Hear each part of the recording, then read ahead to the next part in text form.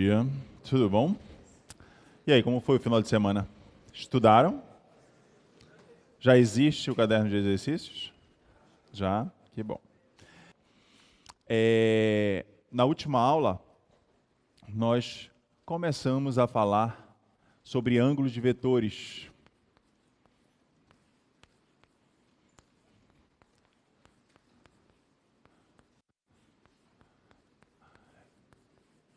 E aí, dado dois vetores U e V, nós definimos como sendo o ângulo entre eles a menor amplitude entre os mesmos. Consequentemente, nós observamos que, se eu chegar aqui e colocar como coordenadas desse vetor U, por exemplo, x1 e y1, e o vetor V, x2 e y2, nós podemos fechar e formar aqui um triângulo, desde que eu possa observar quem é este vetor. Nós discutimos na aula passada que a diagonal menor de um paralelogramo, se eu fizer a projeção através dos vetores equipolentes a U e V, a diagonal menor sempre representa a diferença entre os mesmos. Mas para isto eu preciso saber se é U menos V ou V menos U, né? Então observem como nós chegamos nessa conclusão. Então este vetor que eu desenhei, tá? Observem que quem ele vai ser? Vai ser a diferença entre U menos V ou V menos U. Então ele tem que representar uma resultante entre dois vetores. Como é que ele representa a resultante entre dois vetores? Quando a origem dele coincidir com a origem do primeiro vetor e a extremidade dele coincidir com a extremidade do segundo vetor. A extremidade dele já coincide com a extremidade do vetor U. O que não coincide é a origem dele com a origem do primeiro vetor. Então, consequentemente, eu vou ter que mudar o sentido deste vetor.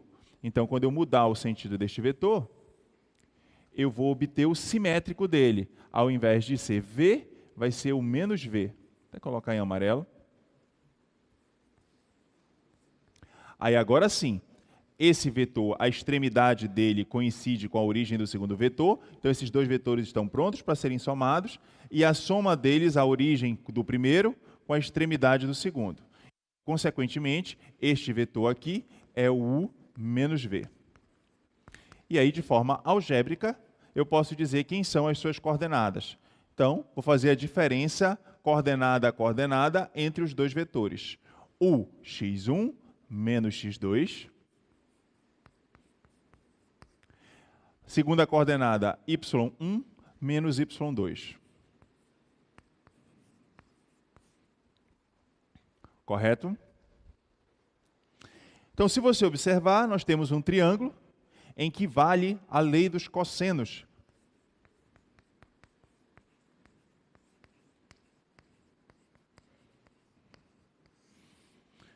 Dado um triângulo qualquer, que o ângulo entre eles, A, B e C, o que diz a lei dos cossenos? Diz que o quadrado do lado oposto ao ângulo é a soma dos quadrados dos lados adjacentes ao ângulo, ou seja, vizinhos, menos 2 vezes B vezes C, cosseno do ângulo formado entre eles.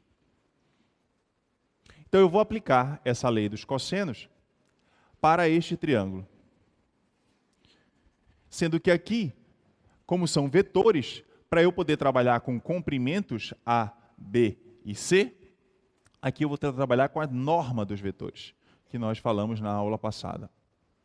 Então eu vou colocar aqui a norma do vetor U menos V ao quadrado vai ser igual à norma do vetor U ao quadrado, norma do vetor V ao quadrado, menos 2 vezes a norma do primeiro, vezes a norma do segundo, cosseno do ângulo formado entre eles.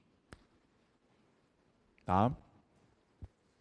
Isso aqui a gente já tinha feito na aula passada, só estou refazendo para a gente relembrar.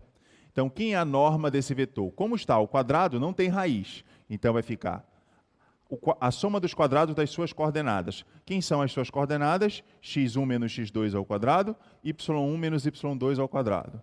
Então, x1 menos x2 ao quadrado, mais y1 menos y2 ao quadrado. Norma do vetor u ao quadrado. Vetor u tem coordenadas x1 e y1. Então, soma dos quadrados das suas coordenadas. Então, x1 ao quadrado, mais y1 ao quadrado. Norma do vetor v, x2 ao quadrado, mais y2 ao quadrado. E eu vou manter, por enquanto, menos 2 vezes norma do primeiro, norma do segundo, cosseno do ângulo formado entre eles. E aí você desenvolve o binômio quadrado perfeito. Eu tenho x1 ao quadrado, menos 2 vezes x1, x2, mais x2 ao quadrado. Binômio quadrado perfeito, y1 ao quadrado, menos 2 vezes y1, y2, mais y2 ao quadrado.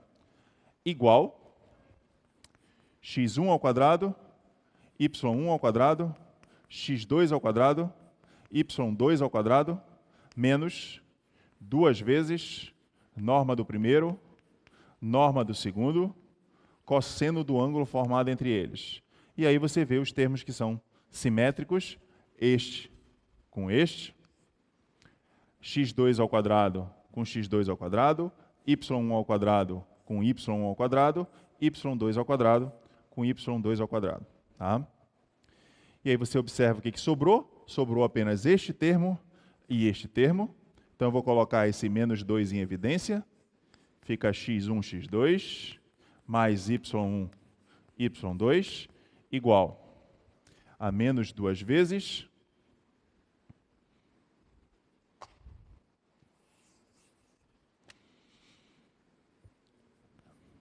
norma de u, norma de v, cosseno do ângulo formado entre eles. Norma de u, norma de v, cosseno do ângulo formado entre eles. Cancela esse menos 2 com menos 2. Daqui, este cosseno está multiplicando. Então, eu vou pegar esse termo e vou passar dividindo para lá.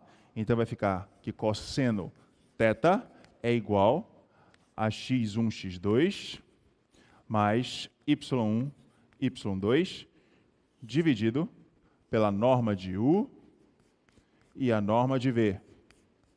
E aqui eu considero a seguinte hipótese, que u e v são vetores diferentes do vetor nulo. Por quê? Para ter sentido o valor dessa norma. Então, toda vez que eu quiser calcular o ângulo entre dois vetores, observem, dado dois vetores x1, x2, x1, y1, x2, y2, então o que eu faço para poder calcular o ângulo? Eu pego a primeira coordenada do primeiro vetor com a primeira coordenada do segundo vetor e faço o produto. Segunda coordenada do primeiro vetor com a segunda coordenada do segundo vetor, produto e somo os dois valores. Como a gente vai usar muito isso, ó, é o produto, né, das coordenadas de cada vetor, coordenada a coordenada, ó, primeira coordenada do primeiro com a primeira coordenada do segundo, mais primeira coordenada do segundo com a segunda coordenada do segundo, né? Automaticamente, como a gente vai usar muito esse termo, nós chamamos esse termo aí x1, x2, mais y1, y2, como o produto escalar de u por v. Por que produto escalar? Porque o produto me dá um número, né? Me dá um escalar entre dois vetores.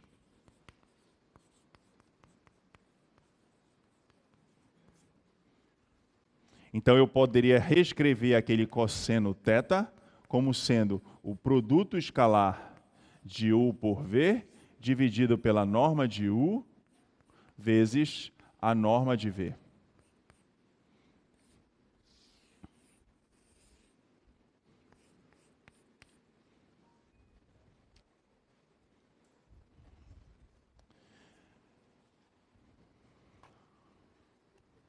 Agora observe uma coisa interessante.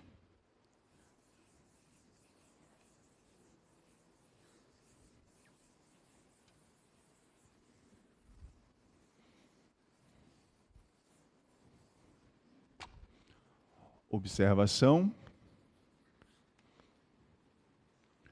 Se eu pego o produto escalar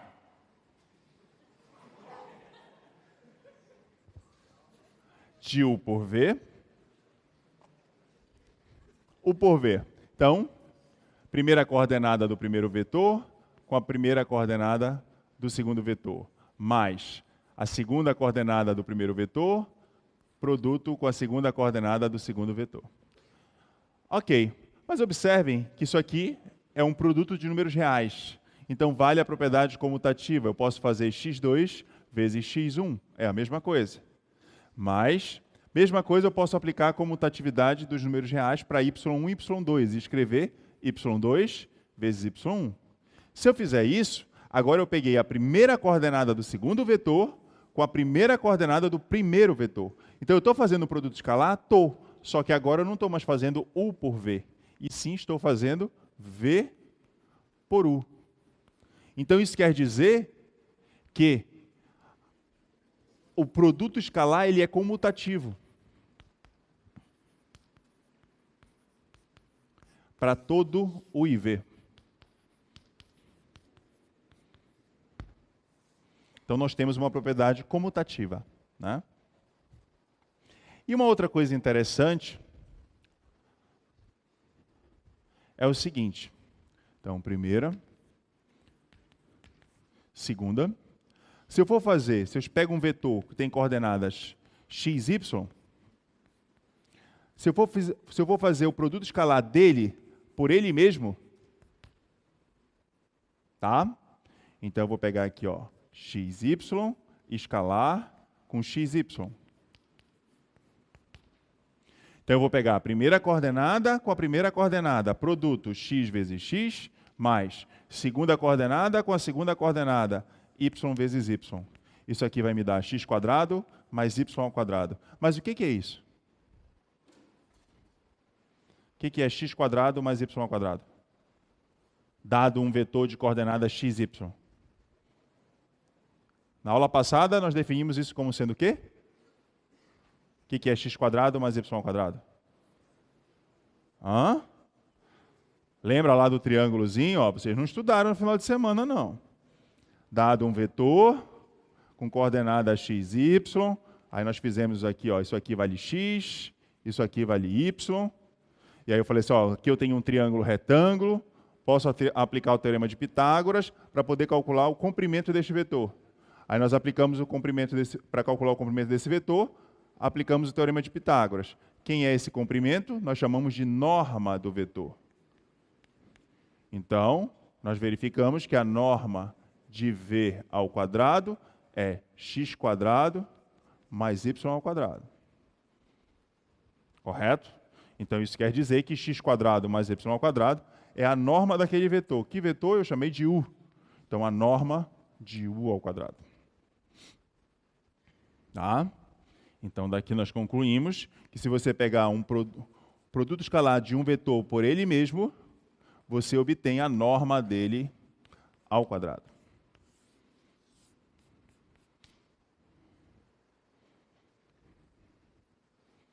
Certo? Dúvidas?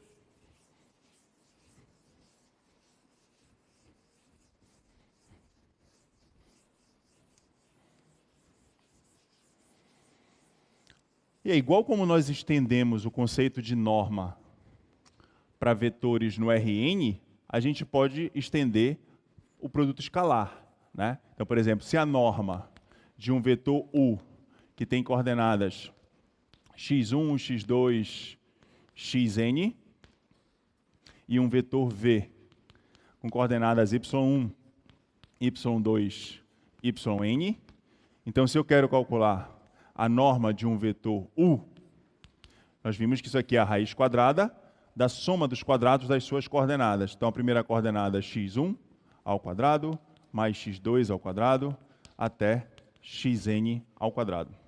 E aí foi por isso que eu observei que a norma de um vetor é uma função definida positiva, porque esse termo é positivo, positivo, positivo e etc. Soma de termos positivo é positiva. Então, a norma, ou ela é positiva, ou ela é zero, quando o vetor é nulo. E aí, a mesma coisa, eu posso estender o conceito de produto escalar. Ó. Se eu quero fazer o produto escalar de U por V, eu vou pegar a primeira coordenada desse vetor com a primeira coordenada desse vetor. Então vai ficar x1, y1, mais x2, y2, até chegar em xn, yn. Isso aí seria uma forma bem infantil de escrever, né? Se você quisesse escrever de forma bem adulta, você poderia fazer assim, ó. Produto escalar de U por V é o somatório de 1 até n de xi, yi. Quando i for 1, dá 1, 1. Quando i for 2, vai ficar x2, y2, até chegar no enésimo xn, yn. Tá? Mas se você quiser escrever de forma infantil, não tem problema.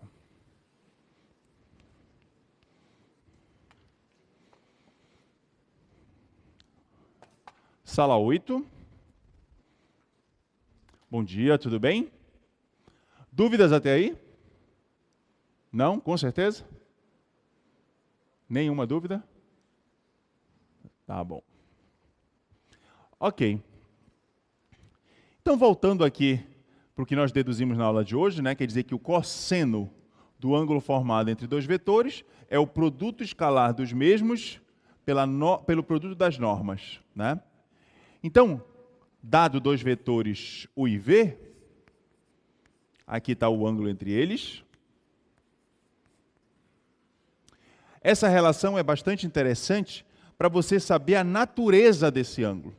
Vocês aprenderam que um ângulo ele pode ser agudo, obtuso ou reto.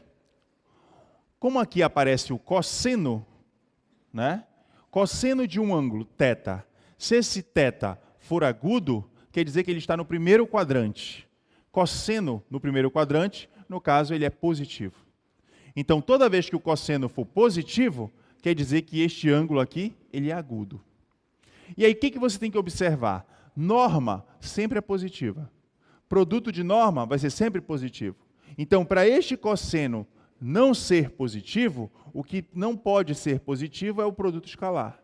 Então, o produto escalar que vai definir a natureza desses ângulos. Isso quer dizer o seguinte, que se θ... Vou até colocar aqui. Então, temos três possibilidades. θ menor que 90 graus, que seria um ângulo agudo. Então, isso implica que o produto escalar de U por V vai ser positivo. θ obtuso, ou seja, entre, vou até colocar aqui, 90 e 180 graus. Tá? Então, isso implica que o produto escalar de U por V vai ter que ser negativo. E o que é mais interessante é quando o θ for igual a 90 graus ou π sobre 2 radianos, que isso aqui vai implicar que o produto escalar entre esses dois vetores tem que ser quanto? Cosseno de 90 é zero, como isso aqui não pode ser zero, automaticamente o produto escalar entre eles tem que ser zero. Então, toda vez que eu pedir para você verificar a natureza do ângulo entre dois vetores, basta você calcular o produto escalar entre eles. Se o produto escalar entre eles for positivo, o ângulo é agudo. Se o produto escalar for negativo, o ângulo é obtuso. E se o produto escalar for zero, quer dizer que esses ângulos são ortogonais, ou seja, eles são perpendiculares a esses vetores, porque o ângulo é 90 graus. Tá? Então, até colocar aqui como observação, a gente usa essa simbologia, U é ortogonal a V.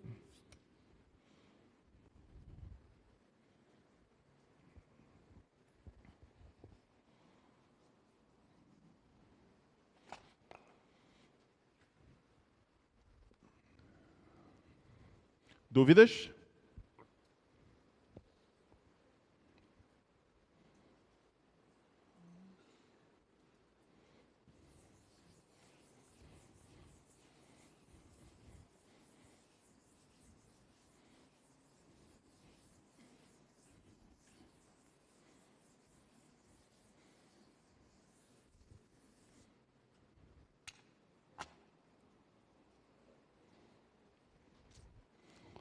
Certo.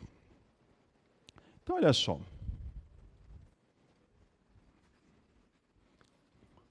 Falar um pouquinho sobre determinantes.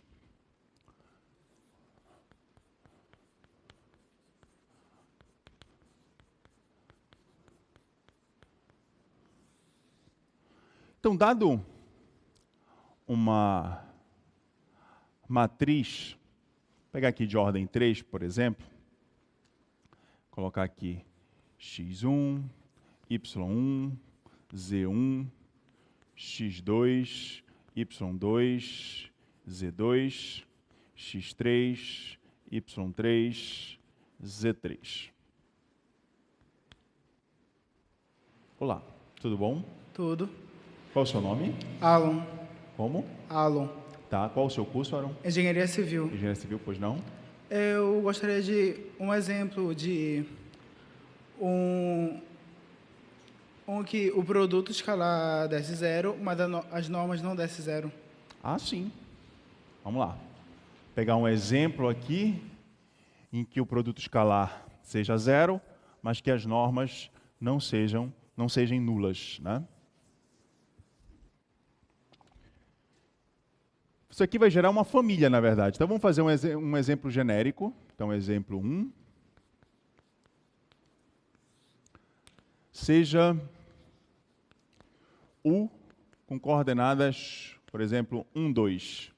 E V com coordenadas AB. Determine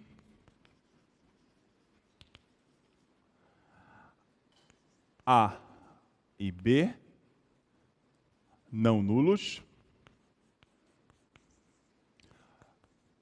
tal que o produto escalar de U por V seja zero. Tá? Então, o que você vai fazer? Você vai pegar aqui o vetor U,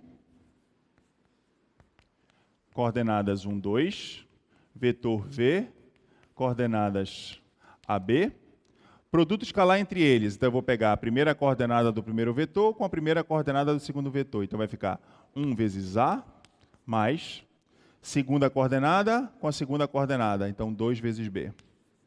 Eu quero que isso seja zero.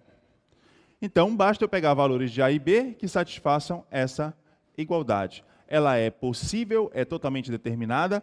Por quê? Porque eu tenho uma equação com duas variáveis apenas, né? Então, eu posso colocar um valor para A e encontrar o valor de B e encontrar uma família de soluções, né? Então, automaticamente, por exemplo, se o A for 2, então, se o A for 2, daqui você tira que o B vai ficar 2 vezes 1, mais 2 vezes B, igual a 0. Daqui você tira que o B tem que ser menos 1. Certo? Aí você pode testar se você quiser. Então, se você chegar aqui, ó, se o U tem coordenadas 1, 2, e o V tem coordenadas 2, menos 1, se você fizer o produto escalar, vai ficar 1 vezes 2, mais 2 vezes menos 1. Isso aqui é zero. Produto escalar de U por V. Mas observe que essa não é a única solução, né? Nós temos uma infinidade de soluções. Porque basta, no caso, que A e B tenham sinais trocados e que a coordenada do A seja o dobro da coordenada do B em módulo, né? Então, você vai ter uma infinidade de soluções. Então, são vetores que têm norma não nula e que o produto escalar entre eles é zero. Ou seja, eles são ortogonais. Mais alguma dúvida?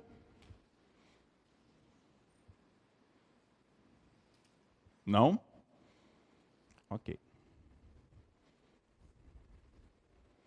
Tá. Voltando aqui no que eu ia falar, né? Dado uma matriz A, se eu quiser calcular o determinante dessa matriz, o que é o determinante de uma matriz? É a soma de todos os termos de uma matriz de forma que você não pegue termos que estejam numa mesma linha ou numa mesma coluna. Por exemplo, eu não poderia pegar o produto desses três termos, porque esses três termos estão numa mesma linha. Eu também não poderia pegar o produto desses três termos, porque esses três termos estão numa mesma coluna. Então, só é válido para você calcular o determinante se você pegar termos que não estejam numa mesma linha e numa mesma coluna. Então, geralmente não. Então, isso significa o quê? Que você só vai pegar termos que estejam em diagonais, para que não estejam na mesma linha e na mesma coluna. Então, por exemplo, claro que isso há menos de uma mudança de sinal, que é um coeficiente, que é o menos 1 elevado a I mais J. Mas isso aí é uma outra coisa que a gente vai falar futuramente. Então, por exemplo, aqui, ó, esses três termos estão em linhas e colunas diferentes. Então, ele é um termo que é da soma que vai fazer parte desse determinante dessa matriz. Então, seria aqui x1, y2, z3. Outro, esses dois com esse aqui. y1, z2, x3. Outro possível, esses dois com esse. x2, y3, z1. Menos, esse menos é devido ao coeficiente do I mais J, tá? Perdão, do expoente do I mais J. Aí eu vou tirar esses termos aqui, ó, e vou pegar agora as diagonais no outro sentido. Então, uma possível seria essa, x3, y2, z1.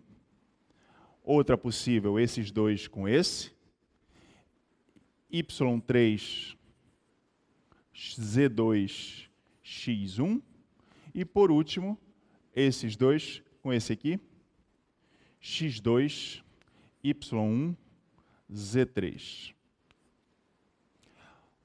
Observem que para eu poder calcular o determinante de uma matriz, para poder satisfazer essa regrinha, eu só posso calcular determinantes de matrizes quadradas. Então não tem sentido eu falar determinante de uma matriz que não seja de ordem 2x2, 3x3, 4x4 e assim sucessivamente. Ou seja, tem que ser uma matriz quadrada. Mas por que você está falando, relembrando, na verdade, como é o cálculo do determinante? Por quê? Já já eu vou mostrar para vocês que, dado dois vetores, eu sempre posso criar um novo vetor que seja ortogonal aos vetores dados. Né? Mas, para isso, eu vou precisar falar numa coisinha antes.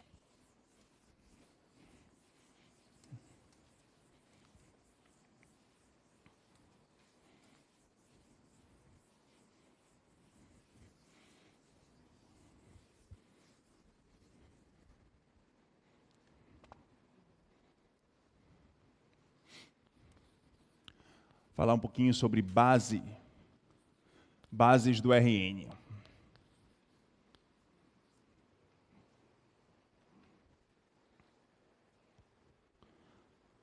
Olha o seguinte, uma coisa interessante. Vou começar aqui com R2. Se eu pegar aqui o plano cartesiano,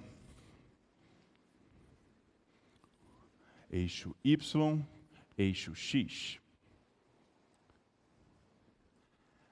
Este vetor que tem coordenadas 1, 0, que eu vou desenhar aqui, eu vou a partir de agora dar um nome especial para ele, porque eu vou usá-lo muito. Esse vetor eu vou chamar de vetor I. O vetor que tem coordenadas 1, 0. E o vetor que tem coordenadas 0, 1, eu vou chamar de vetor J.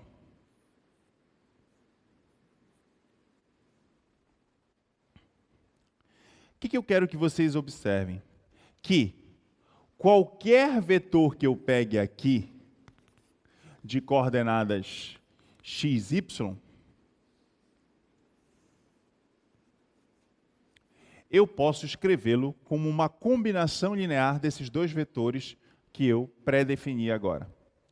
Por quê? Porque, observem, se eu pegar aqui, ó, xy, é a mesma coisa que x0 mais 0y. Correto? Soma de dois vetores, você soma a coordenada a coordenada. E mais, tudo propriedades que eu verifiquei nas duas primeiras aulas do curso de vocês. Então, x0 é a mesma coisa que x vezes o vetor 1, 0. Mais 0y é a mesma coisa que y vezes o vetor 0, 1. E aí, ó, aqui apareceu o vetor i e aqui apareceu o vetor j. Então, eu posso dizer que esse vetor xy é x vezes i mais y vezes j. Então, qualquer vetor xy, eu posso escrevê-lo com uma combinação linear dos vetores i e j. O que isso representa? A gente diz que os vetores i e j geram este espaço. Por que geram este espaço? Porque qualquer vetor pode ser escrito como uma combinação linear entre eles.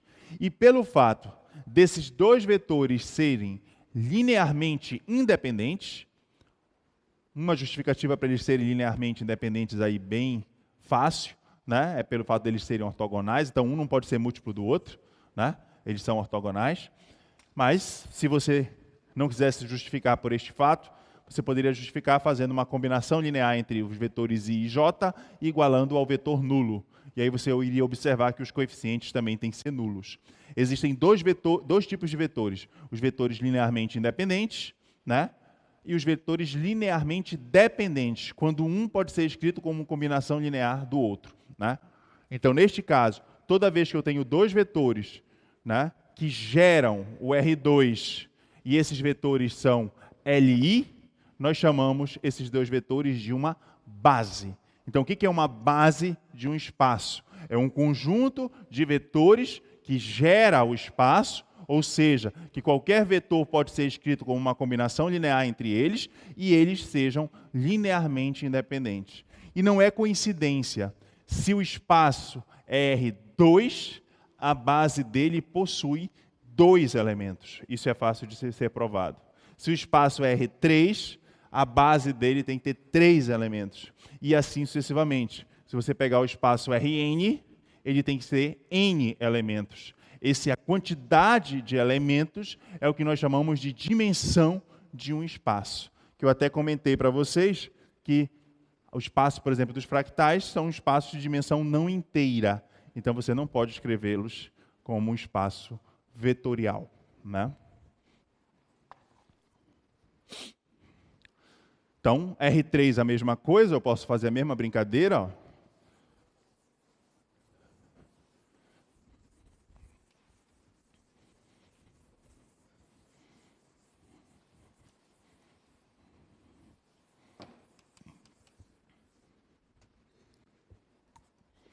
Então, base é vetores linearmente independentes e que geram espaço.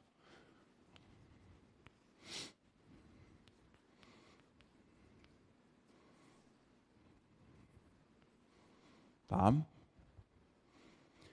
Então, R3, a mesma coisa, ó. Vou desenhar aqui. Eixo X, eixo Y, eixo Z. Então, se você pegar o vetor unitário aqui, ele vai ter coordenadas 1, 0, 0, e nós chamamos ele de vetor I. Se você pegar um vetor unitário aqui, ele vai ter coordenadas 0, 1, 0, nós chamamos de vetor J. E se nós pegarmos o vetor unitário aqui, ele vai ter coordenadas 0, 0, 1, e nós chamamos de vetor K. E aí, de forma análoga, se eu pego um vetor genérico de coordenadas x, y e z, eu posso escrever como sendo x vezes 1, 0, 0, mais y vezes 0, 1, 0, mais z vezes 0, 0, 1. Então, esses três vetores geram o R3 e eles são linearmente independentes. Então, eles representam uma base. Aí você fala assim, todo espaço só tem uma base? Não. Tá? Essa base é o que a gente chama de base canônica do espaço Rn. São as bases mais usuais. Mas você pode escolher outros dois vetores aqui que sejam linearmente independentes, né? Que automaticamente eles vão gerar uma base do R2. Né? Então, base pode ser várias. Sendo que base tem que respeitar as duas propriedades, os vetores têm que ser linearmente independentes, eles têm que gerar o espaço. E se é uma base do R2, tem que ser 2 elementos. Uma base do R3 tem que ser 3 elementos. E assim sucessivamente.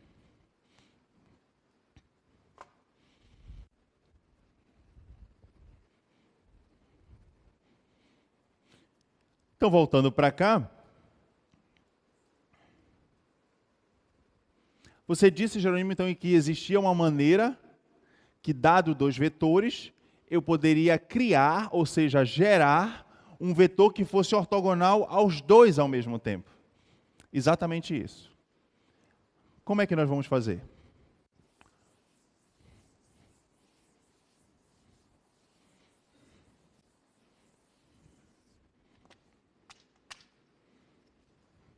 É o que nós chamamos de produto vetorial.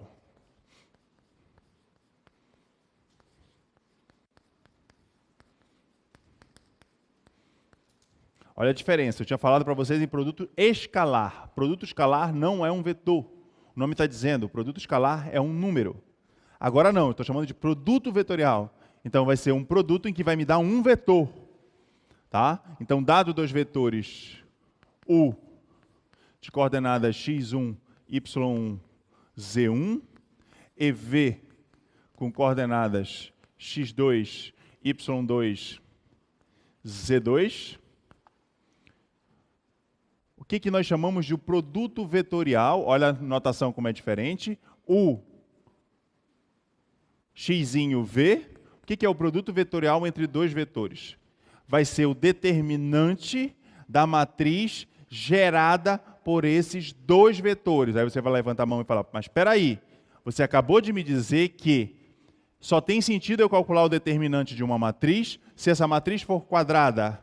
Se você colocar apenas dois vetores do R3, isso não vai me dar uma matriz quadrada. Exatamente. Então, aí entra o que nós chamamos a base do R3. Eu falei para vocês ainda há pouco que a base do R3 são esses três vetores aqui, ó, I, J e K.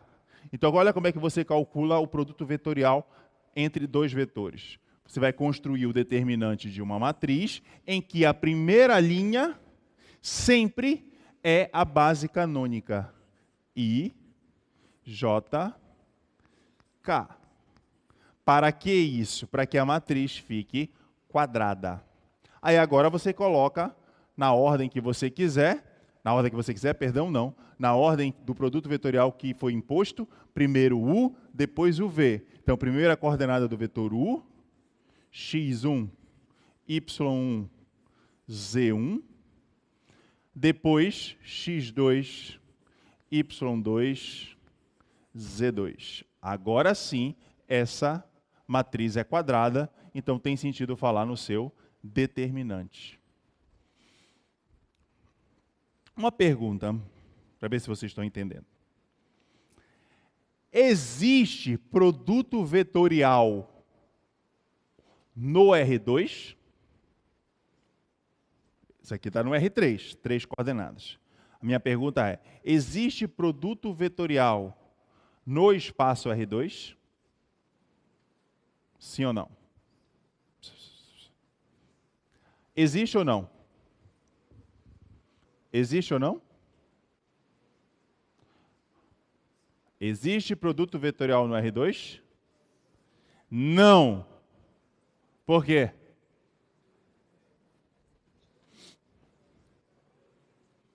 Por quê? Gente, olha o que eu falei para vocês ainda há pouco. Produto vetorial entre dois vetores, né, é o determinante de uma matriz. Então, para ser o determinante de uma matriz, tem que ser uma matriz quadrada. Se a primeira linha sempre é a base canônica, então se eu fosse fazer no R2, quem é a base canônica do R2? I e J. Aí o que eu teria que fazer depois? Colocar, eu perguntei, existe produto vetorial entre dois vetores no R2?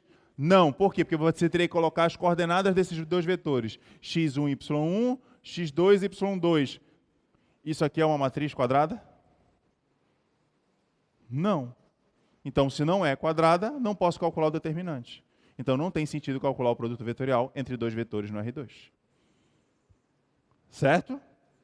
Então, não existe isso aqui. Tá? Voltando ao produto vetorial entre dois vetores em R3. Então, eu terei que calcular o determinante daquela matriz. Então, vamos calcular o determinante dessa matriz. Então, primeira diagonal aqui, ó, I, Y1, Z2. Então, Y1, Z2, I. Depois, J, Z1, X2. X2, Z1, J. E por último, X1, Y2, K. X1, Y2, K. Menos outra diagonal, K, Y1, X2. Então, X2, Y1, K, mais Z1, Y2, I. Y2, Z1, I. E por último, X1, J, Z2. X1, Z2, J.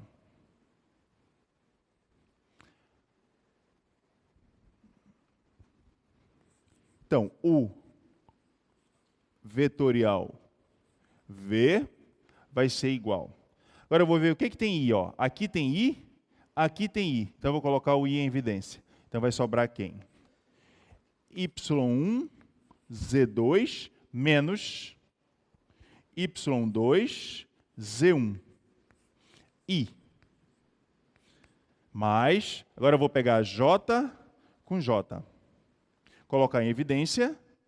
Então, mais, menos esse termo. Então, vai ficar x2, z1, menos x1, z2. J. E, por último, aqui tem K, aqui tem K. Então, mais x1, y2, menos x2, y1. K.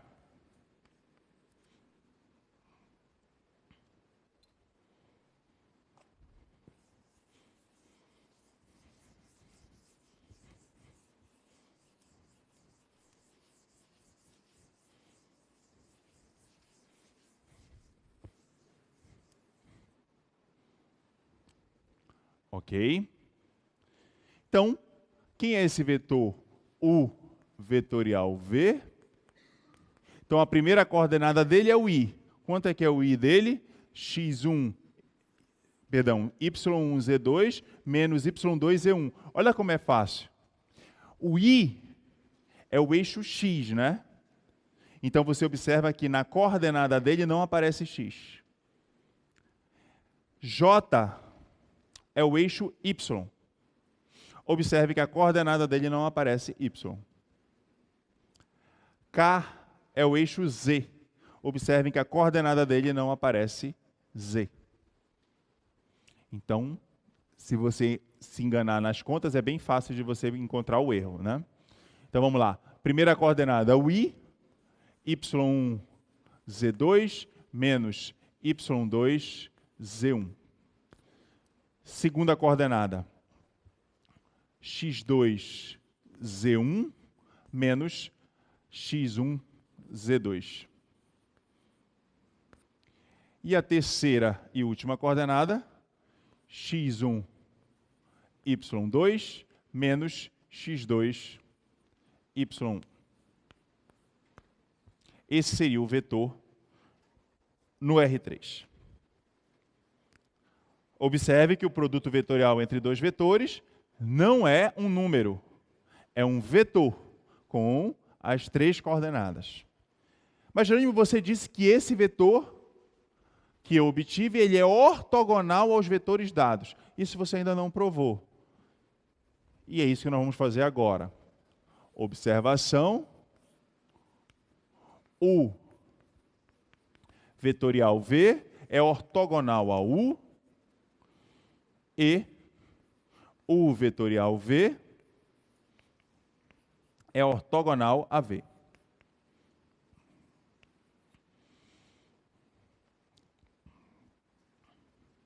Esse aqui é você que vai fazer, é seu homework, seu dever de casa.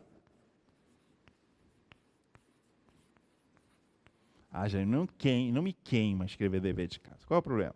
Você ainda é um bebê, né? E eu vou fazer esse aqui. É igual, na verdade, né? Então, vou pegar aqui, ó. Escrever logo quem é o vetorial V. Então, se esses dois vetores, eu quero provar que eles são ortogonais, isso significa que, dado dois vetores ortogonais, o que é zero entre eles? Vocês estão com fome? Ainda está cedo para o almoço, olha. Estão com fome? Sim, né? Tá. Vou trazer uns biscoitinhos aqui, eu vou dar como premiação para quem acertar. Tá? Biscoito não, um negócio mais light. Se dois vetores são ortogonais, o que é zero entre eles? Produto escalar, foi o que nós falamos no início da aula de hoje, né? Então, basta eu verificar se o produto escalar entre esse vetor e esse é zero, tá? Então, vamos lá. Quem é o produto escalar? Então, vou repetir quem é o vetor. y1, z2, menos y2, z1. Primeira coordenada, x2, z1, menos x1, z2. E, por último, x1, y2, menos x2, y1. Escalar com vetor V. Vetor V tem coordenada x2, y2, z2. Esse 2 saiu feio. Tá? Então, como é que a gente faz o produto escalar? Primeira coordenada com a primeira coordenada, segunda coordenada com a segunda coordenada e terceira coordenada com a terceira coordenada. Então, vamos lá. Então, vai ficar x2 vezes a primeira coordenada desse vetor grandão. y1, z2, menos y2, z1. Mais, segunda coordenada, y2, fez a segunda coordenada desse vetor big. x2z1 menos x1z2. E assim sucessivamente. z2 vezes x1, y2 menos x2, y1.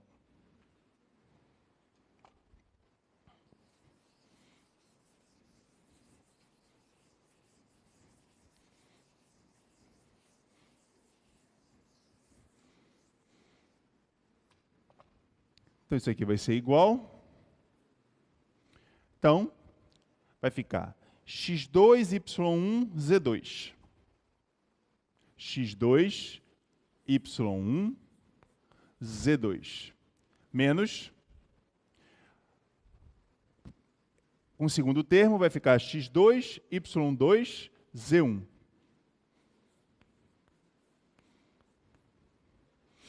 Mais, primeiro com primeiro, y2, x2,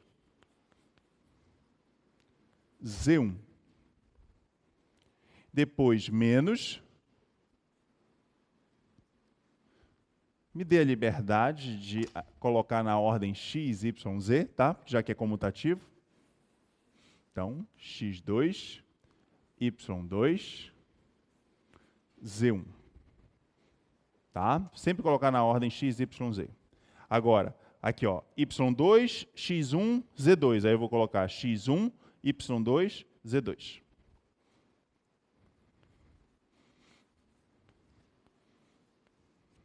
Tá? Por quê? Porque eu quero. Não, brincadeira. Eu vou colocar para poder reconhecer quem são os termos simétricos mais fácil.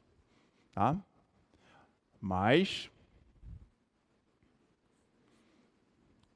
Ó, aqui Z2, X1, Y2. Eu vou colocar X1, Y2, Z2.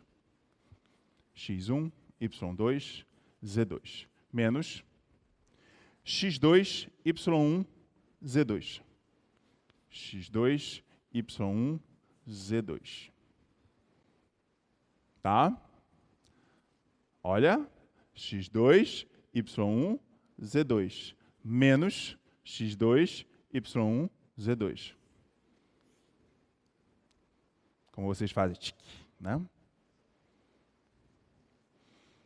E agora, x2, y2, z1, negativo. x2, y2, z1, positivo. E por último, x1, y2, z2, menos x1, y2, z2. Então, isso aqui dá 0. Então, esses vetores são ortogonais. Ah, titio, então, se eu fosse desenhar... Então, vamos supor que aqui tivesse o U, aqui tivesse o V, aí quer dizer que esse vetor que eu acabei de encontrar aqui, ele está para cá, para cima, o U vetorial V. E aqui ele é ortogonal com esse, e ele é ortogonal com esse aqui. Exatamente isso. Ah, mas você já fez, só que isso você só pode desenhar isso e dizer que é verdade depois que você fizer o seu homework. Né? Que você ainda não fez. É a mesma coisa, você vai calcular o produto escalar desse vetor pelo vetor U, fazer as contas e mostrar que é 0. Tá? O senhor falou que já que o produto vetorial entre dois vetores resulta em um vetor, teria como esse vetor resultante ser equivalente a um desses dois vetores? Você fala equivalente? Não. Porque se ele vai ser ortogonal aos não, se dois? não fosse ortogonal, no caso. Não, mas ele é. Como é que se não fosse? Teria como? Não, porque ele já não vai ter a mesma direção e o mesmo sentido. Que se dado dois vetores, eu vou gerar um vetor que seja ortogonal aos dois, então ele não pode ter a mesma direção. Então, automaticamente, ele já não pode ser equivalente. Só ortogonal. Oi? Só ortogonal. É só ortogonal. Okay, obrigado. Porque para ser equivalente, ele tem que ter a mesma direção, sentido e norma. Entendeu? Agora, só se você está perguntando assim, ah, não, um produto vetorial entre dois vetores, eu posso ter a norma igual à norma dos vetores? Aí isso é possível. Mas, como você falou, equipolência com certeza não. Só se você pegar vetor trivial, vetor nulo. Entendeu? Pois não? Sou o Davi, de Engenharia da Computação, e eu queria tirar a dúvida de que... Eu não entendi o seu nome. Davi, perfeito. Não fique tímido, fique à vontade. Queria saber como é que eu posso ter certeza do sentido desse vetor, porque, por exemplo, nesse desenho que você fez, ele está apontando para cima, mas como é que eu posso ter certeza se... É a regra da mão direita que vai dar isso, que é uma coisa que a gente vai falar quando a gente falar lá em funções de várias variáveis. Quer dizer, logo, na verdade. Mas é a regra da mão direita que vai dar o sentido. Você vai pegar um vetor e você vai verificar para onde está apontando o outro. E aí, automaticamente, para onde tiver esse dedo, né? Automaticamente aqui, ó, que aqui não tem como eu falar, porque essas coordenadas são algébricas, né? Elas não são reais, elas não são números ainda. Mas quando forem números, você vai pegar a regra da mão direita, você vai tentar enlaçar e verificar para onde está apontando esse vetor aqui, ó. Vamos supor, né, que fosse desse jeito que eu estou desenhando aqui, ó. Então, se eu fosse enlaçar aqui, ó, e apontar para onde está o sentido daquele vetor V, ó. Como está apontando para cima, automaticamente o vetorial V estaria com sentido para cima. Mas quem vai dar isso é a regra da mão direita. Mas é uma coisa que a gente vai falar futuramente. Tudo tá bem, bom? Obrigado, professor. Nada. Pois não? Eu sou Gabriel Carvalho, de Engenharia Civil, e o senhor estragou minha pergunta. Eu ia perguntar sobre a regra da mão direita. A gente vai falar a no gente viu isso em sentido. Física Sim. 1 e ficou meio...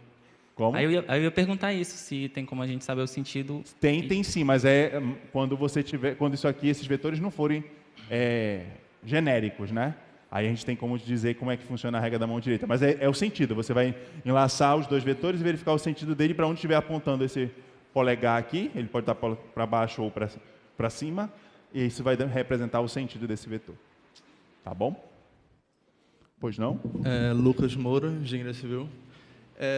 Como a gente faz a regra da mão direita, a gente usa o menor ângulo entre esses vetores. Sim. Então, partindo disso, esse vetor U vezes V não deveria estar para baixo? Sim, mas é isso que eu estou dizendo. Eu não sei qual é o ângulo entre esses dois vetores, porque eu peguei dois vetores genéricos. Eu não sei qual é o ângulo entre eles.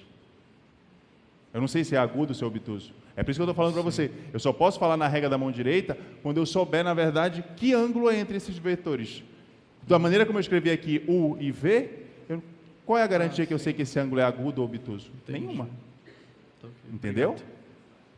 Quando for, por exemplo, se fosse daquele exemplo numérico que a gente fez lá, né, anteriormente, que eram números, lá a gente sabia que aquele ângulo era agudo. Aí sim eu poderia fazer a regra da mão direita diretamente. Mas nesse caso aqui são termos genéricos, eu não sei qual é o ângulo entre esses vetores. Só se a gente supor, se o ângulo for agudo, se o ângulo for obtuso, e assim sucessivamente. Tá bom? Tá. Então, toda vez que você fizer o produto vetorial entre dois vetores, o vetor que você obtém, tá? Ele é um vetor ortogonal aos vetores que o geraram, né? Sempre.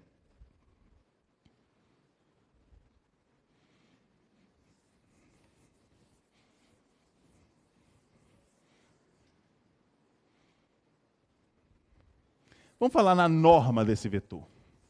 Que vetor? Do produto vetorial.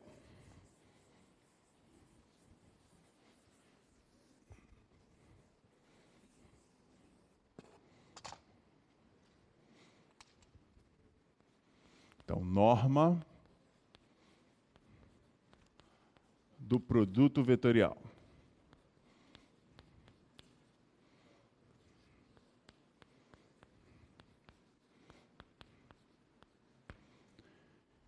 Então, dados os vetores U, coordenadas x1, y1, z1, e V, com coordenadas x2, y2, z2, nós verificamos que o U vetorial V deu o seguinte vetor, y1, z2, menos y2, z1, x2, z1 menos x1, z2. E, por último, x1, y2 menos x2, y1. Então, vamos calcular a norma desse vetor, do produto vetorial entre eles. Na verdade, a norma ao quadrado. Então, quem seria a norma de U vetorial V ao quadrado? Então, a norma de um vetor seria a raiz quadrada da soma dos quadrados das suas coordenadas. Como eu quero a norma ao quadrado, então não vai ter essa raiz. Vai ser apenas a soma dos quadrados das suas coordenadas. Primeira coordenada, x1, z2, menos y2, z1 ao quadrado. Mais x2, z1, menos x1, z2 ao quadrado. E, por último, x1, y2, menos y2, x1 ao quadrado.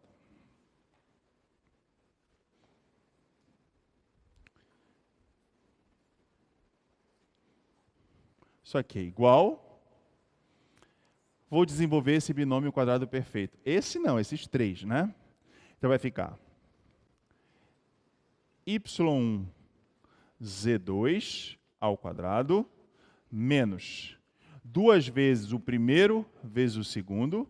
Então vai ficar 2 vezes y1, y2, z1, z2, mais quadrado do segundo, y2 ao quadrado, z1 ao quadrado, mais binômio quadrado perfeito do segundo, x2 ao quadrado, z1 ao quadrado, menos 2 vezes o primeiro vezes o segundo, então vai ficar x1, x2, z1, z2, quadrado do segundo, x1 ao quadrado, z2 ao quadrado. E o último binômio quadrado perfeito, este aqui, vai ficar x1 ao quadrado, y2 ao quadrado, menos 2 vezes o primeiro vezes o segundo, x1, x2, y1, y2, quadrado do segundo. Estou colocando na ordem, né? Então, x1 ao quadrado, y2 ao quadrado.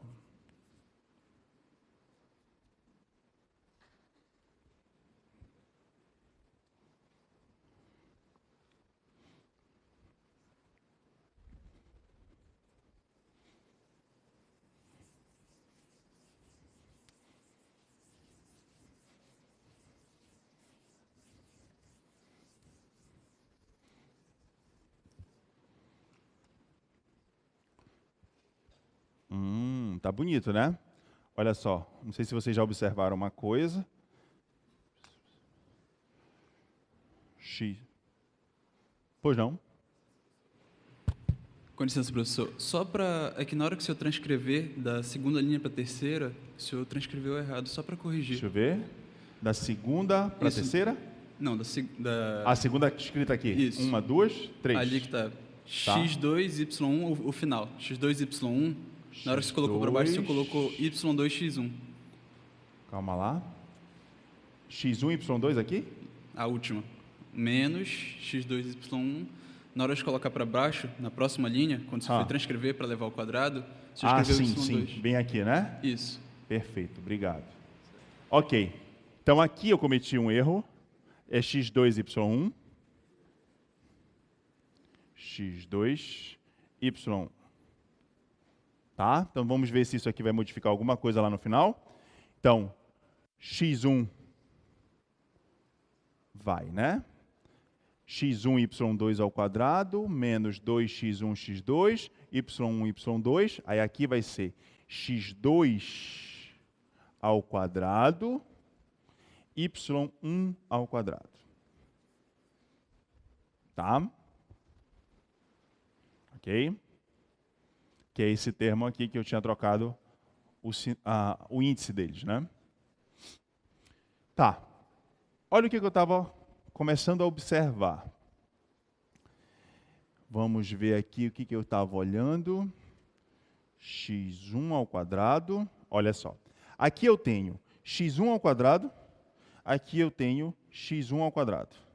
Vou colocar esse x1 ao quadrado em evidência. Esse e esse. Então, isso aqui é igual x1 ao quadrado, aí vai sobrar z2 ao quadrado. Eu quero deixar um espaço aqui porque eu quero. Mais y2 ao quadrado, mais z2 ao quadrado. Está aqui, ó. y2 ao quadrado, z2 ao quadrado. Perfeito. Vou fechar. Mais outros dois termos que eu quero associar, né? Aqui eu tenho y1 ao quadrado. Vamos ver se eu tenho outro y1 ao quadrado. Bem aqui, ó. y1 ao quadrado. Então, esse, colocar duas listrinhas para ficar mais fácil de identificar. Tá? Então, vou colocar y1 ao quadrado e vamos ver o que sobra. Aqui sobra x2 ao quadrado. Aí eu vou colocar um espaçozinho aqui e z2 ao quadrado do outro. Que é esse cara bem aqui. Por último, aqui tem, vou colocar um asterisco. Aqui tem z1 ao quadrado. e aqui também tem Z1 ao quadrado. Tá? Vou colocar o Z1 ao quadrado em evidência. Mais Z1 ao quadrado, aí sobrou x2 ao quadrado, y2 ao quadrado, mais alguma coisinha, fecha. Aí o resto dos termos que sobraram aqui foram os termos mistos, né? Então todos eles têm menos 2, ó. Menos 2, menos 2.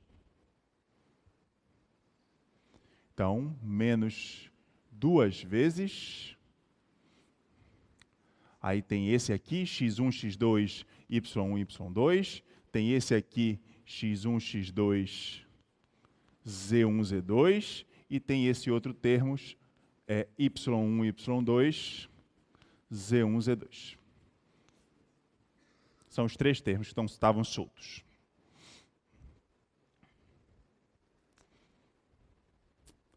O que você está querendo fazer? Observem. Aqui tem y2 ao quadrado, tem z2 ao quadrado. Aqui tem y2 ao quadrado, tem x2 ao quadrado. Vamos brincar de completar. Qual é o termo que está faltando aqui? E qual é o termo que está faltando aqui para que esses termos fiquem iguais?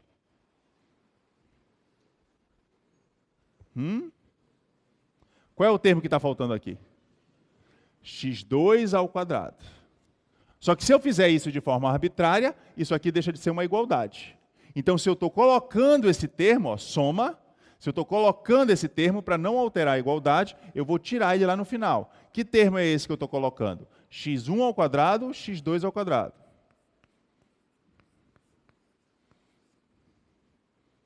Correto? Qual é o termo que está faltando aqui para ele ficar igual a esse? Vamos primeiro passar para esse. Qual é o termo que está faltando aqui para que ele fique igual a esse? y2 ao quadrado. Para eu não alterar a igualdade, esse termo que eu estou colocando aqui eu vou retirar. Menos y1 ao quadrado, y2 ao quadrado. Tá? Por último, qual é o termo que está faltando aqui para ficar igual aos outros? z2 ao quadrado.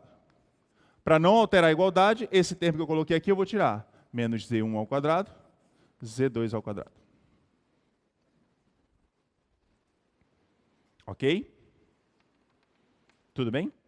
Agora vocês concordam que esses 3 primeiros termos têm um termo em comum, que é o termo que está em parênteses, que é x2 ao quadrado mais y2 ao quadrado mais z2 ao quadrado? Então eu vou colocar em evidência. Então eu vou colocar esse termo em evidência, x2 ao quadrado mais y2 ao quadrado mais z2 ao quadrado.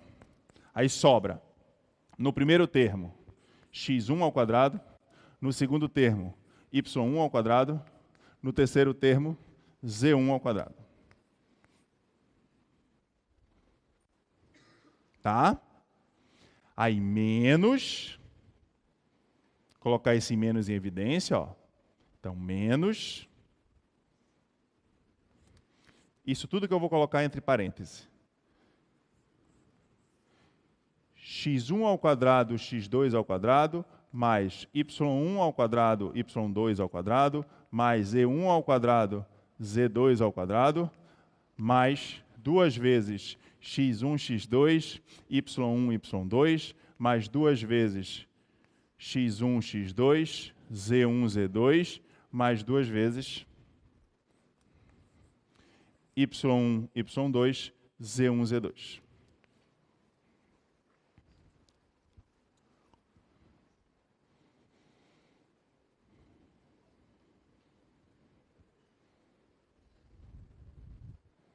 Tudo bem? E agora, José? Tá fácil, né?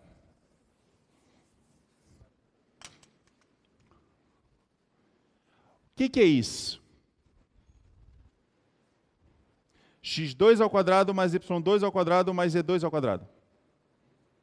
Vetor V tem coordenada x2, y2, z2. Então, o que é x2 quadrado mais y2 quadrado mais z2 quadrado? A norma de V ao quadrado. Não é isso? O que é x1 ao quadrado mais y ao quadrado mais z1 ao quadrado? A norma do U. O U tem coordenada x1, y1, z1. Então, a norma dele ao quadrado vai ser x1 ao quadrado mais y ao quadrado mais z1 ao quadrado. Correto? Então, isso aqui vai ser igual.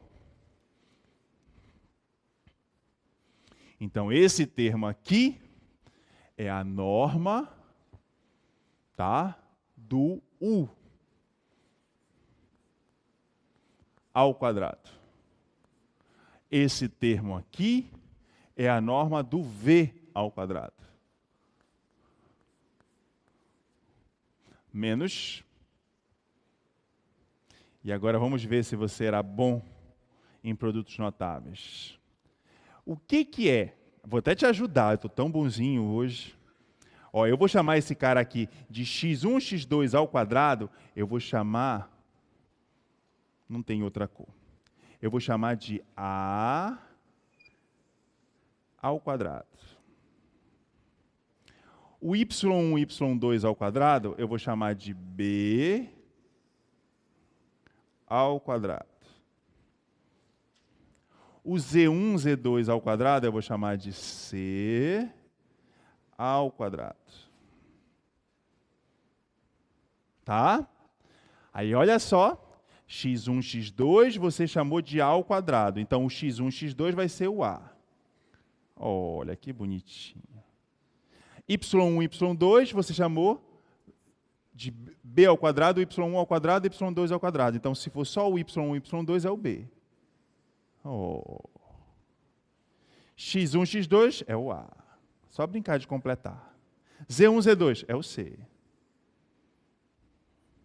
y1, y2 é o B. Z1, Z2 é o C. Então, titio Jerônimo está perguntando quem é A ao quadrado mais B ao quadrado mais C ao quadrado mais 2AB mais 2BC mais 2AC. O que é isso?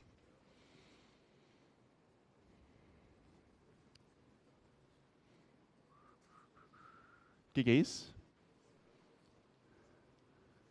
Isso, vocês aprenderam, é fácil de deduzir. Isso aqui é A mais B mais C ao quadrado. Como é que você prova isso? Você aplica o binômio quadrado perfeito, faz uma propriedade associativa, faz primeiro esse com esse. Aí aplica o binômio quadrado perfeito como se esse A mais B fosse um número só. A mais B ao quadrado, mais 2 vezes o primeiro vezes o segundo, mais o quadrado do segundo. E depois aplica o binômio quadrado perfeito com A mais B. E aí você desenvolve. Tá? Então, menos.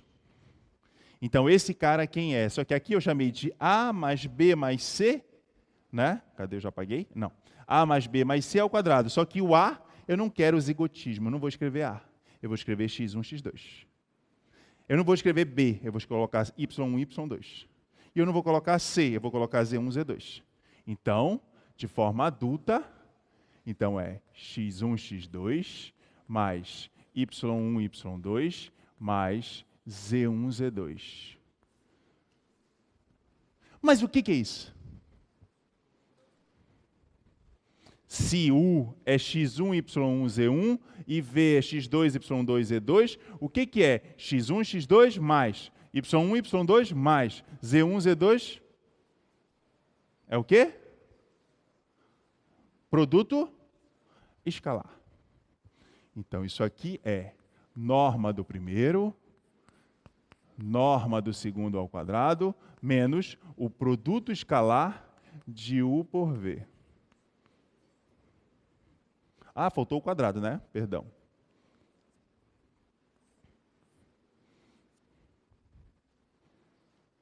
Tudo bem?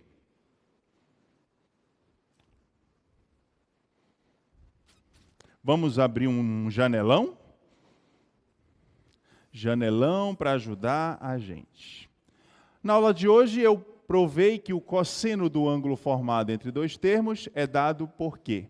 Produto escalar entre dois vetores dividido pela norma entre eles. Daqui eu tiro, ó, que o produto escalar, isso aqui está dividindo, vai passar multiplicando.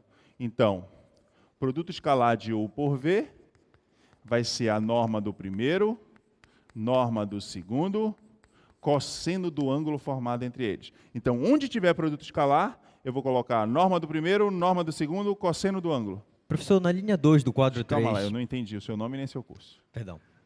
Kaique Santos, de Engenharia Mecânica. Perfeito. Linha 2... Qual é?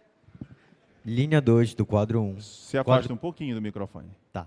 Isso. Linha 2 do terceiro quadro. Linha As 2. normas dos vetores não deveriam estar ao quadrado também? Calma lá, linha Quadro 2. 3. Quadro 3. Tá, linha 2. Perfeito. Não deveria estar ao quadrado as normas também? Aqui? Aham. Sim, é só que eu esqueci de colocar. Tudo Perdão. bem. É, só me confundi um pouco. Tá joia? Obrigado. Pois não? Bom dia, professor. Meu nome é Thiago, eu sou de Engenharia de Telecomunicações. Então, eu queria saber o seguinte. Dado que o senhor provou isso aí, que a norma do vetor, né, do vetor formado ali pelo produto vetorial, então isso também implica que o módulo da multiplicação dos vetores sempre vai ser menor ou igual ao módulo da multiplicação dos módulos? Não é o módulo da multiplicação de vetores, é o módulo do produto escalar é a desigualdade de Cauchy-Schwarz. É a menor ou igual que a norma do primeiro vezes a norma do segundo. Essa é a famosa desigualdade de Cauchy-Schwarz, que diz que o módulo do produto escalar entre dois vetores é menor ou igual que a norma, produto da norma entre eles. Por quê? Porque só que a prova disso sai daqui, ó. Porque a função cosseno é limitada por 1. Né? Então isso aqui é menor ou igual que 1. Ó. Acabei de provar. Aí passa o outro multiplicando e você modula de ambos os lados. Acabou a prova. Se é a famosa desigualdade de Cauchy-Schwarz, que tem gente que demora um século para provar, a prova sai daqui. Né? Função limitada, cosseno, modula, norma já é módulo, já é um número positivo, então não tem sentido calcular módulo desse número, vai ser ele mesmo, e você modula aqui. E aí sai direto. Certo? A partir daí eu poderia provar a desigualdade triangular? Desigualdade de? Triangular. Sim, com certeza. Aí é regra de Bhaskara. Também facílimo. Obrigado, professor. Nada. Ok?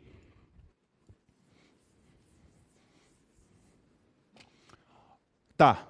Então, onde tiver produto escalar de U por V, eu vou substituir por norma de U, norma de V, cosseno do ângulo formado entre eles. Então, eu vou substituir bem aqui dentro. Ó. Então, vai ficar norma de U ao quadrado vezes norma de V ao quadrado menos produto escalar de dois vetores, vou substituir por norma do primeiro, norma do segundo, cosseno do ângulo formado entre eles. Tudo isso ao quadrado. Então, vai ficar norma do primeiro ao quadrado, norma do segundo ao quadrado. Como está ao quadrado, vai ficar norma de U ao quadrado, norma de V ao quadrado, cosseno ao quadrado, θ. Posso colocar esse termo em evidência, tá? Não esquecendo que o que eu estou calculando, né? Eu estou calculando a norma do produto vetorial.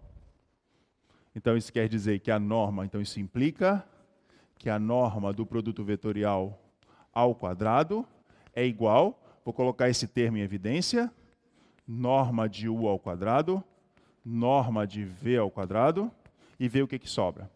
Esse dividido por esse dá 1, menos esse dividido por esse dá cosseno ao quadrado θ.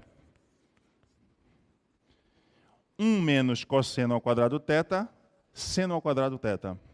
Então, vai ficar norma de U vetorial V ao quadrado, norma de U ao quadrado, norma de V ao quadrado, seno ao quadrado θ. E agora eu extraio a raiz de ambos os lados. Raiz quadrada de uma norma, como a norma já é positiva, vai ser ela mesma. Raiz quadrada de norma de U ao quadrado, como já é positivo, ela mesma. Raiz quadrada de V ao quadrado vai dar V, norma de V. Agora aqui eu tenho que ter um certo cuidado. aqui, ó, seno ao quadrado θ, se eu for extrair a raiz, tá? Isso aqui vai ser o módulo de seno. Por quê? O seno poderia ser positivo ou negativo, só que aí você volta para cá. O que é θ? Não é a menor amplitude possível entre os dois vetores? O seno no primeiro quadrante e no segundo quadrante, já que vai ser a menor amplitude, então esse ângulo é no máximo π radianos. Concordam? No máximo π radianos. Então ele está ou no primeiro ou no segundo quadrante. O seno no primeiro quadrante e no segundo quadrante, ele é o quê? Positivo ou negativo? Positivo. Então não tem necessidade. Fica muito zigotismo se eu colocar módulo. Né? Tirar módulo de uma coisa que é positiva. Então daqui a gente tira que a norma do produto vetorial entre dois vetores é o produto das normas dos vetores multiplicado pelo seno do ângulo formado entre eles.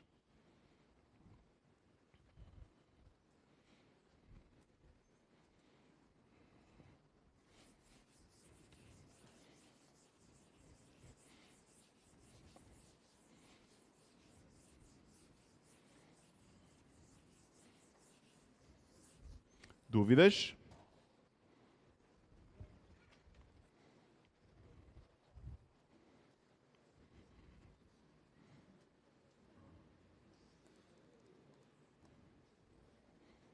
Certo.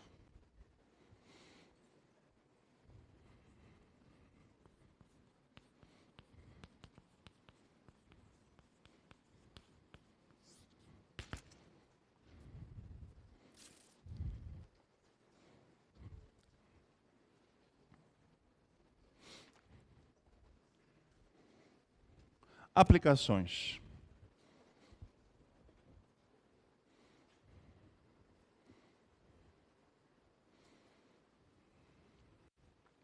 Dado dois vetores U e V, e um ângulo formado entre eles θ,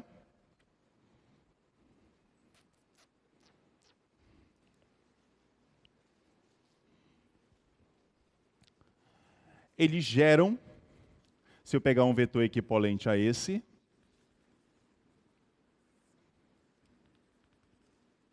e um vetor equipolente a esse, ele gera um paralogramo. Então, eu gostaria de tentar calcular a área deste paralogramo.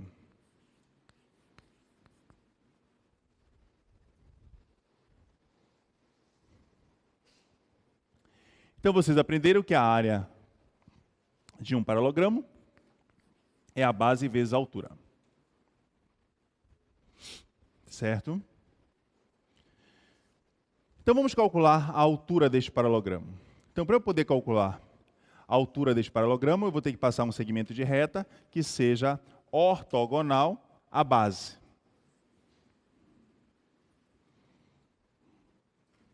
Tá? Neste caso, aqui eu gero um triângulo retângulo, em que θ é oposto à altura.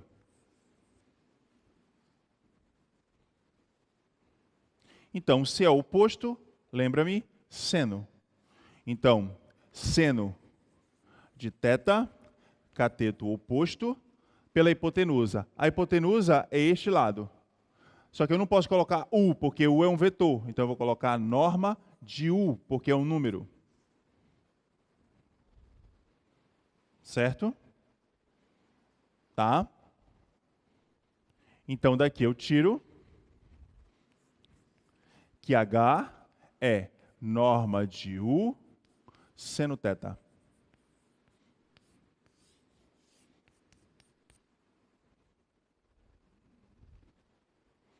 A altura, norma de um vetor, vezes o seno do ângulo formado entre eles.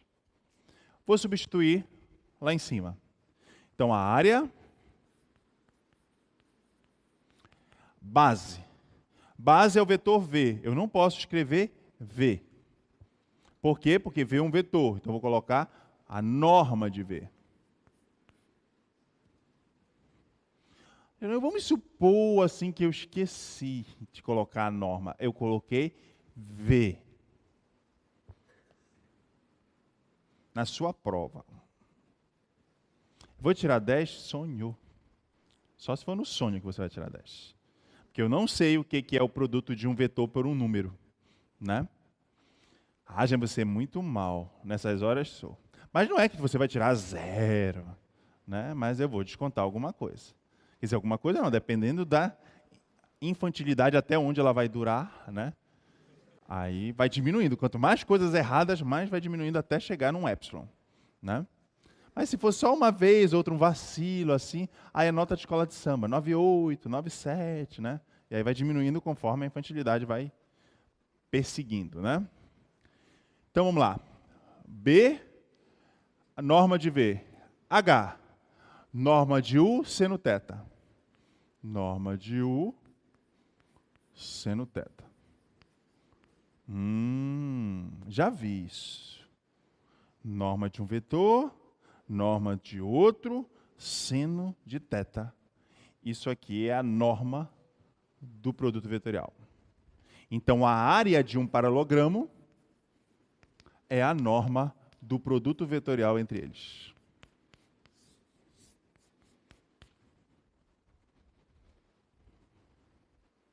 Dado 2 vetores, você calcula o produto vetorial entre eles e calcula a norma desse vetor. A norma desse vetor representa a área.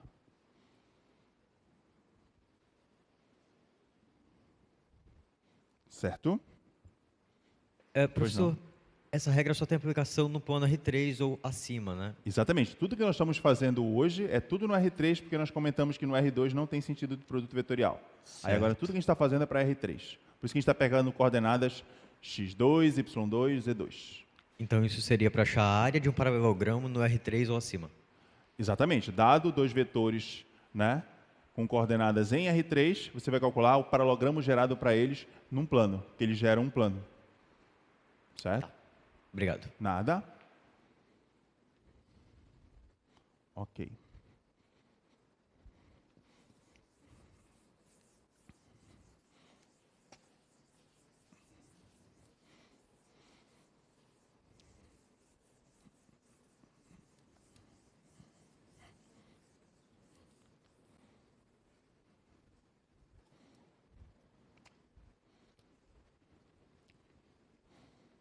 Vamos ver uma outra aplicação. Aplicação 2.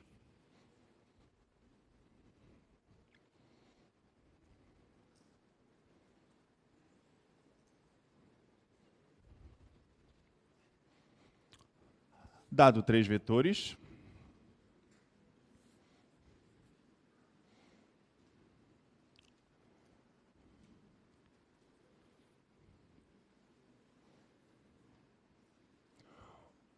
U, V e W.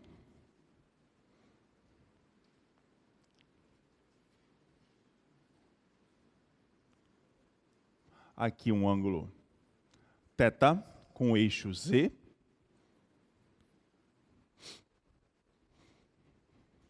Então, esses 2 vetores, para você entender o desenho, estão no plano 0, x, y, por exemplo. Tá? E esse vetor W está fora, por isso que eu estou projetando aqui o eixo Z, para poder calcular o ângulo entre eles. Tá? Então aqui, né, se você achar um vetor equipolente àquele lá, nos 4 vértices deste paralelogramo, que está no plano 0xy, isso iria gerar um paralelepípedo, né? Então, a minha pergunta é, qual seria o volume deste paralelepípedo? Então, o volume deste paralelepípedo seria a área da base vezes essa altura. Então, a área da base vezes a altura. Tá? Então, a área da base, nós já sabemos que é um paralelogramo, que nós acabamos de calcular, né? A área, né, é a norma do produto vetorial entre eles, o IV. Só que falta determinar a altura. Para eu determinar a altura, eu vou tirar desse triângulo aqui, ó. Observe que θ está oposto a esse segmento que não me interessa. O segmento que me interessa, que é a altura, Tá? Ele é adjacente, ele é vizinho. Então, como ele é vizinho, lembra-me, cosseno. Então, cosseno do ângulo θ, cateto adjacente, H, pela hipotenusa. A hipotenusa é o vetor W, só que eu tenho que colocar norma de W. Daqui eu tiro que H é norma de W, cosseno de θ. Ok? Tudo bem até aí? Agora eu vou substituir aqui. Então, quem seria o volume desse paralelepípedo? Área da base, norma de U vetorial V, H, norma de W, cosseno do ângulo formado entre eles. Tudo bem? Eu sei que vocês não estão acostumados com essa notação. Vamos supor que esse U vetorial V, U, V, W, vou chamar de, sei lá, Z. Não, chamar de Z não, que já tem Z lá. Chamar de A esse vetor.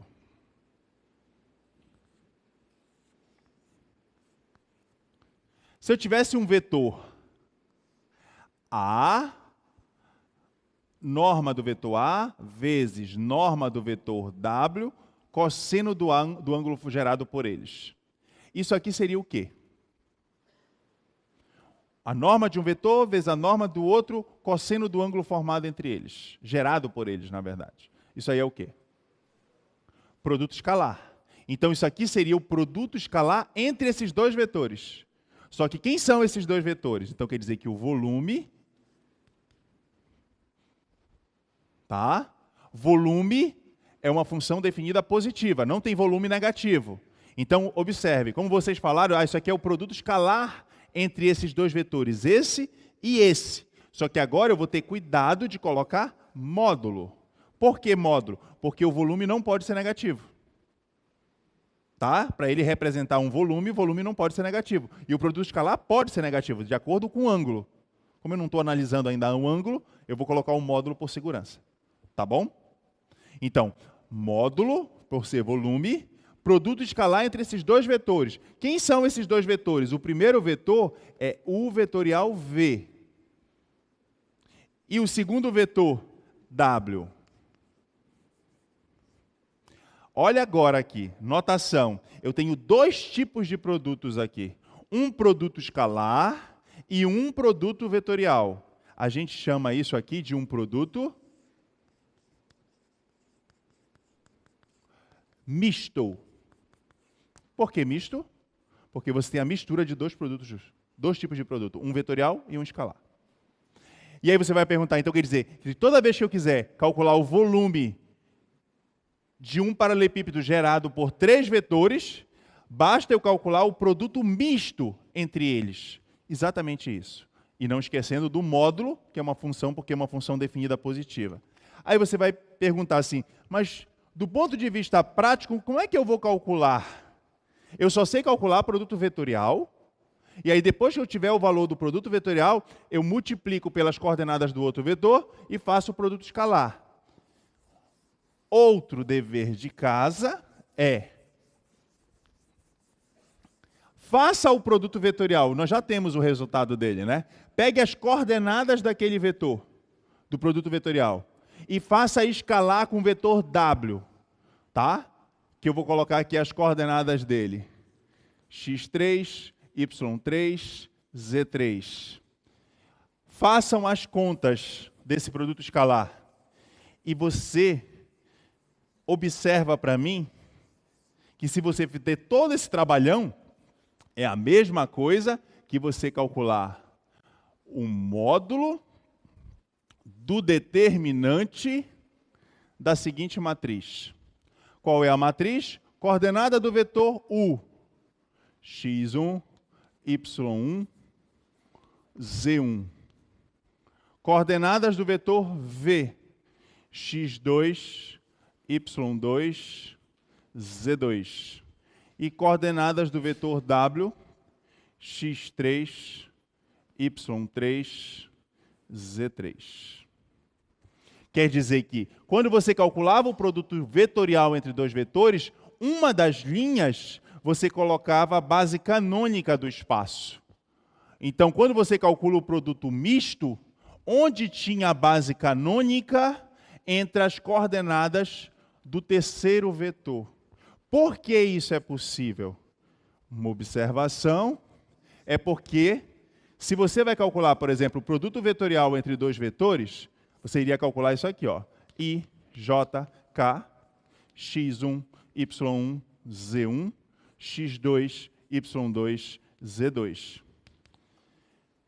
Se eu trocar a posição de duas dessas linhas ou duas dessas colunas, o que altera no determinante? Apenas o sinal, ou seja, se eu fizer isso aqui, ó, I, J, K, e eu trocar a posição dessas duas linhas, X2, Y2, Z2, X1, Y1, Z1, esse cara é menos esse aqui. Por quê? Porque eu troquei a posição de duas linhas. Então, isso quer dizer que o produto vetorial ele não é comutativo. Quer dizer que U vetorial V é menos V vetorial U. Só que para eu fazer o produto misto, eu vou ter que fazer isso duas vezes. E aí o que era negativo vai ficar positivo novamente. Mas eu quero que vocês façam primeiro de maneira trivial, não, usual. Calcula o produto vetorial, calcula as coordenadas do produto vetorial e faz o produto escalar com W, que tem essas coordenadas. Quando você fizer as contas, você me diz se não é igual o determinante dessa matriz. Pelo menos uma vez na vida isso, né? Obrigado e até quarta-feira.